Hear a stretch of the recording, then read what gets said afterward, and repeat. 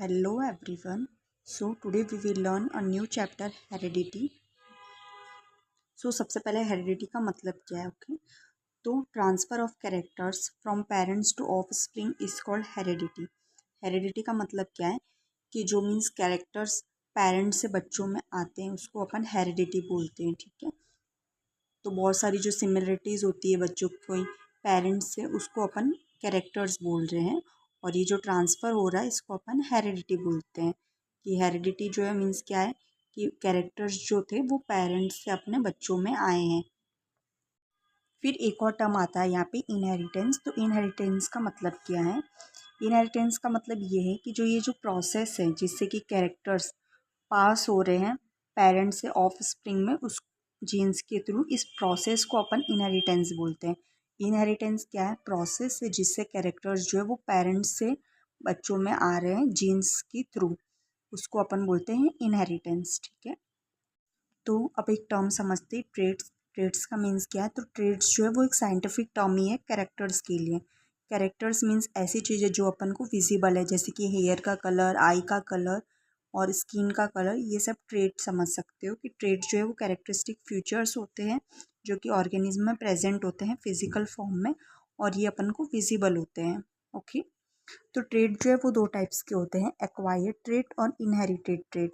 Acquired trade का means क्या है? ऐसे ट्रेड जो कि उसको उसके लाइफ टाइम में डेवलप्ड हुए हैं, मीन्स ये उसको बर्थ से प्रेजेंट नहीं थे ये कैरेक्टर्स।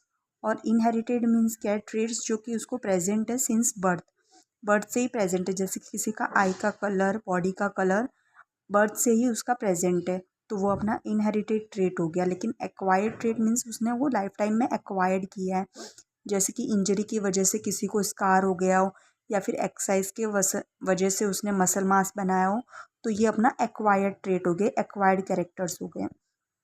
एक्वायर्ड कैरेक्टर्स जो होते हैं वो रिजल्ट ऑफ चेंज होते हैं, नॉन रिप्रोडक्टिव इशू, मीन्स इसमें रिप्रोडक्टिव का कोई रोल नहीं है, उसने अपने लाइफ टाइम में ये एक्वायर्ड किया है।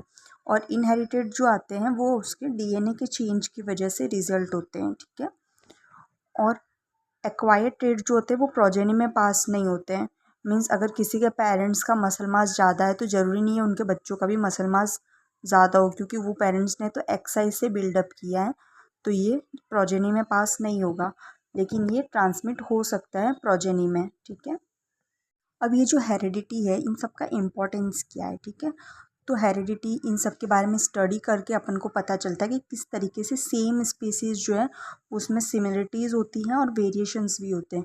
जैसे कि हम ह्यूमंस एक स्पीसीज़ है, ठीक है, तो इसमें सब में सिमिलरिटीज़ हैं कि सबके दो लेग, दो हैंड, दो आइज़, माउथ, नोज़, ये सब मीन्स स्ट्रक्चर सबका सेम है, लेकिन वेरिएशन कहाँ है? सबका कलर डिफरेंट है, किसी किसी का हेयर कलर डिफरेंट है, आई कलर डिफरेंट है, तो ये अपने वेरिएशंस हो गई। और वेरिएशंस में एग्जांपल क्या है? एग्जांपल हम ले सकते हैं जैसे कि blood group, hair colour etcetera. Okay, फिर वेरिएशंस। वेरिएशंस मीन्स क्या है? जो डिफरेंसेस आते हैं ट्रेट में, मीन्स सेम स्पीसीज़ में ही डिफरेंट डिफरेंट वेरिएशंस आ रहे हैं ना, जैसे सबका कलर डिफरेंट है, हेयर कलर डिफरेंट है, ब्लड ग्रुप डिफरेंट है, तो ये मीन्स डिफरेंसेस जो है कैरेक्टर्स में सेम स्पीसीज़ के इंडिविजुअल में, उसको अपन वेरिएशंस बोलते हैं। ओके, वेरिएशन के भी अगेन टू टाइप्स है, इनहेरिटेड और एक्वायर्ड। इनहेरिटेड मतलब वही कि जो जीन से आए हैं और बर्थ से प्रेजेंट है। ओके, जैसे कि आई कलर और ब्लड ग्रुप। तो आई कलर पेरेंट्स मीन्स अगर पेरेंट्स की आइज़ ब्लैक है फिर भी उनके प्रोजेनी की आइज़ जो है वो ब्लू भी हो सकती है, अगर वो उसको एंसेस्टर से मीन्स उसके जीन में चेंजेस आए हो तो इस तरीके से वेरिएशंस भी हो सकता है।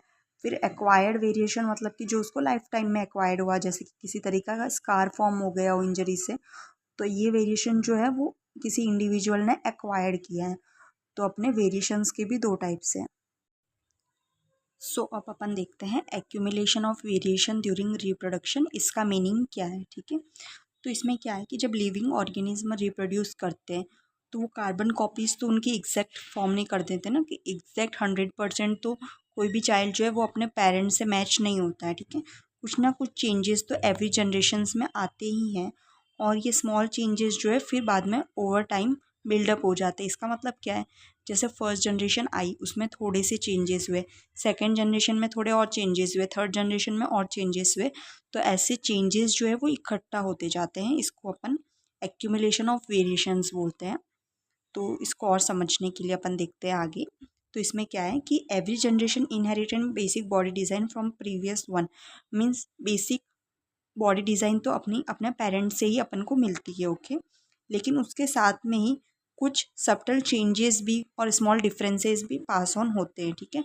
तो मीन्स नॉर्मली तो अपने जो बेसिक बॉडी स्ट्रक्चर है वो तो अपने पेरेंट्स से ही अपन को मिल रहा है, लेकिन कुछ चेंजेस जो हैं वो अपन के फॉर्म्ड हो जाते हैं।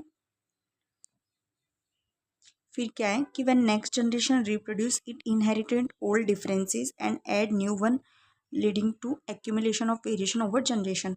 इसका मतलब वही है कि जब नेक्स्ट जनरेशन रिप्रोड्यूस हुई तो वो उसके पेरेंट्स में जो चेंजेस आए वो तो वो लेगी, साथ में वो अपने भी खुद अलग चेंजेस कर देगी। तो ऐसे क्या हुआ, बहुत सारे चेंजेस जो है वो ओवर द जनरेशन एक्यूमुलेट होने लगते हैं, इकट्ठा होने लगते हैं। तो अब अपन देखते हैं असेक्सुअल रिप्रोडक्शन में कैसे चेंजेस आते हैं।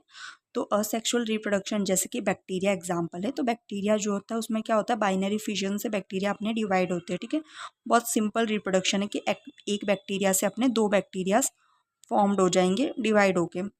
अब इसमें क्या है, जो ऑफस्प्रिंग आते हैं वो ऑलमोस्ट आइडेंटिकली होते हैं, क्योंकि इतना कॉम्प्लेक्स कोई सिस्टम है नहीं। तो उसके ऑफस्प्रिंग जो होते हैं वो ऑलवेज ऑलमोस्ट आइडेंटिकल होते हैं। लेकिन कुछ वेरिएशंस तो इनमें भी आता है डीएनए कॉपिंग के टाइम पे, क्योंकि एग्जैक्ट 100% तो डीएनए कॉपी होता नहीं है पेरेंट्स से, कुछ ना कुछ चेंजेस तो अपन को देखने को मिलेंगे ही।